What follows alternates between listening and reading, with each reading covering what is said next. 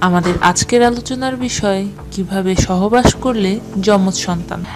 এমন ইচ্ছাটা অনেকেরই হয়ে থাকে। আপনি চাইলেই হয়তো যমজ সন্তান নিতে পারবেন না, তবে প্রক্রিয়াটি জেনে রাখতে পারেন। যমজ সন্তান কখন হয়? একটি নিষিক্ত ডিম্বাণু প্রথমে দুটি পৃথক কোষে বিভক্ত হয়। পরবর্তীতে প্রতিটি কোষ থেকে এক একটি শিশুর জন্ম। এভাবেই অভিন্ন যমজ শিশুর জন্ম হয়। এখানে দুটি কোষ, যেহেতু পূর্বে একটি কোষ ছিল, তাই এদের সব জিন একই হয়ে থাকে। এ কারণে এরা দেখতে অভিন্ন হয় এবং একই লিঙ্গের হয়। যেসব যমজ সন্তান দেখতে অভিন্ন হয় তারা আসলে নন আইডেন্টিক্যাল টুইন। মায়ের দেহে সাধারণত একই সময়ে একটি মাত্র ডিম্বাণু দুটি ডিম্বাশয়ের যে কোনো একটি থেকে নির্গত হয়। যদি দুটি ডিম্বাশয় থেকে একটি করে ডিম্বাণু একই সময়ে নির্গত হয়, তবে ওভুলেশন পিরিয়ডে তার শরীর মোট দুটি ডিম্বাণু থাকে। এ সময় মিলন হলে পুরুষের শুক্রাণু উভয় ডিম্বাণুকেই নিষিক্ত করে। এভাবেই নন আইডেন্টিক্যাল টুইন শিশুর জন্ম হয়। এসব শিশু সবসময় একই লিঙ্গের নাও হতে পারে এবং তারা দেখতে ভিন্ন হয়। প্রতি ৬৫ জনে একজন মায়ের সাধারণ প্রক্রিয়াতেই দুটি যমজ সন্তান হতে পারে।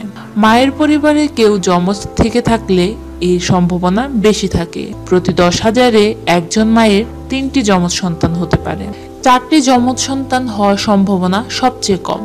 তবে বর্তমান সময়ে নিঃসন্তান দম্পতিদের চিকিৎসার অগ্রগতির কারণে যমজ সন্তান হওয়ার সম্ভাবনা বহুগুণে বেড়ে গেছে। যমজ সন্তান হওয়া সম্ভব। গর্ভধারণের শুরু থেকেই বেশি বেশি শরীর খারাপ লাগতে থাকে। গর্ভাবস্থায় পেটের আয়তন স্বাভাবিক নিয়মের তুলনায় বেশি বাড়লে পরিবারে কেউ যমজ থাকে। চিকিৎসার মাধ্যমে নিঃসন্তান মায়েরা যখন গর্ভধারণ করে, গর্ভধারণের ২ মাসের মাথায় আল্ট্রাসাউন্ড প্রক্রিয়ায় যমজ সন্তান হবে কিনা নিশ্চিত হওয়া যায়। অভিন্ন যমজ কিনা তাও এ সময় বলা যেতে পারে। না পারা গেলে পরবর্তী সময়ে আবার পরীক্ষা করিয়ে জেনে নেওয়া যায়। আপনার গর্ভে যমজ সন্তান থাকলে অতিরিক্ত সতর্ক থাকা প্রয়োজন, কেননা যমজ শিশুর জটিলতা দেখা দেওয়ার সম্ভাবনা বেশি। বিশেষত অপরিপক্ক শিশু হওয়ার একটা আশঙ্কা থেকেই যায়।